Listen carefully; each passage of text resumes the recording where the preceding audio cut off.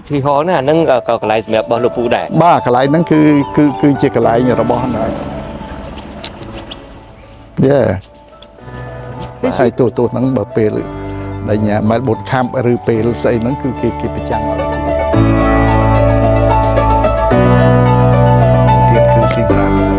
ខ្ញុំបានមកជន់ដីអូស្ត្រាលីនេះគឺនៅថ្ងៃទី15ខែ7ឆ្នាំ1982គឺជាថ្ងៃខែមួយដែលខ្ញុំចាំមិនភ្លេចទេក្នុងមួយជីវិតរបស់ខ្ញុំហ្នឹងហេតុអីបានចាំថ្ងៃហ្នឹងច្បាស់មែនពីព្រោះអីគឺជាថ្ងៃមួយដែលយើងសប្បាយរីករាយណាស់ដូចជាជីវិតរបស់យើងនឹងរស់ឡើងវិញពីព្រោះដូចជាលោកក្មួយជ្រាបស្រាប់ហើយការរស់នៅក្នុងជំរំមិនស្រួលទេគឺថាស្រួលហ្នឹងគឺទាហានថៃហ្នឹងគឺវាយប៉ោងខោដែរខ្ញុំមកដល់ភ្លាមហ្នឹងខ្ញុំត្រូវរៀនភាសាអង់គ្លេសហ្នឹងចំនួន2ឆ្នាំដើម្បីបានភាសាអង់គ្លេសហ្នឹងបាន2ឆ្នាំហ្នឹងបានចេះបាននិយាយបានធ្វើការអីហ្នឹងគឺយើងខំមែនតើពេលដែលនៅជំរំហ្នឹងនៅក្នុង Enterprise Hostel ហ្នឹងកន្លែងដែលគេឲ្យនៅហ្នឹងគឺព្រឹកទៅរៀនថ្ងៃទៅរៀនយប់ទៅរៀនខ្ញុំតែងតែស្ដាប់នៅមតិប្រជាជនហើយពីព្រោះអីដោយសារខ្ញុំឈរឈ្មោះជា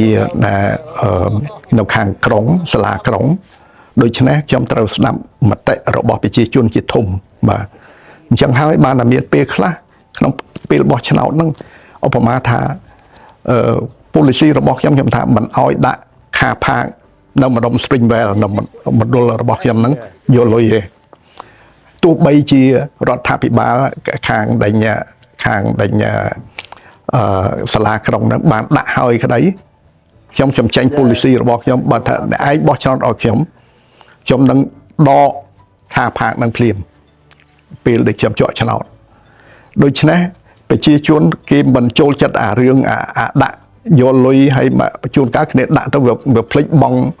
ងលុយហ្នឹងគេផាកលេខឲ្យកើតហ្នឹងហើយជឿរៀនសុខសប្បាយ Also I would like you to have a speech.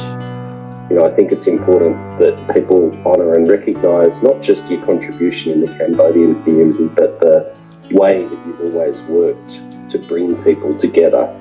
ក្នុងការដែលមកធ្វើនយោបាយនេះមែនតើទៅបើយើងគិតពីរឿងទ្រព្យសម្បត្តិ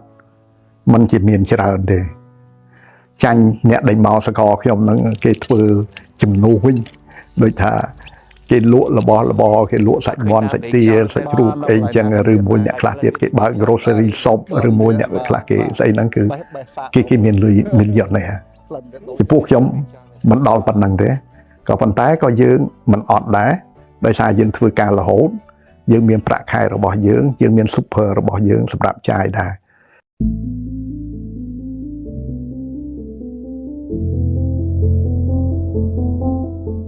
សេចក្តីប្រាថ្នារបស់ខ្ញុំចុងក្រោយបំផុតខ្ញុំចង់ឲ្យប្រទេសកម្ពុជាហើយជាពិសេសប្រជាពលរដ្ឋខ្មែរនឹងបានស្គាល់នូវសិទ្ធិសេរីភាពហើយនឹងជាពិសេសគឺលទ្ធិប្រជាធិបតេយ្យបោះឆ្នោតទៅខ្ញុំធ្លាប់បានជួបជាមួយលោកហ៊ុនម៉ាណែតដែរខ្ញុំបានជម្រាបគាត់ខ្ញុំថាសមាគមខ្មែរគឺជាអង្គការមួយដែលមិនធ្វើនយោបាយទេក៏ប៉ុន្តែសមាគមខ្មែរគឺគាំទ្រធ្វើយ៉ាងម៉េចឲ្យប្រជាពលរដ្ឋខ្មែរដែលរស់នៅក្នុងស្រុកខ្មែរនឹងមានលទ្ធិប្រជាធិបតេយ្យលោកឲ្យមានបោះឆ្នោតដោយសេរីទៅរួចបើកាលណាខាងគណៈបក CPP ឈ្នះកាន់ឆ្នោតឲ្យកាន់ជាកាន់អំណាចទៅហើយពេលបើកាលណាយើងចាញ់គេគណៈបកណាឈ្នះឲ្យគេកាន់អំណាចម្ដងទៅហើយមានអ្នកកូនចៅរបស់គាត់មកជាមួយថាបើចាញ់ក៏មិនចុះដែរបើចាញ់ចុះដែរបោះឆ្នោតអីខ្ញុំមិនបោះឆ្នោតអីកាន់រហូតបដ ாய் ទៅមិនបោះឆ្នោតទេ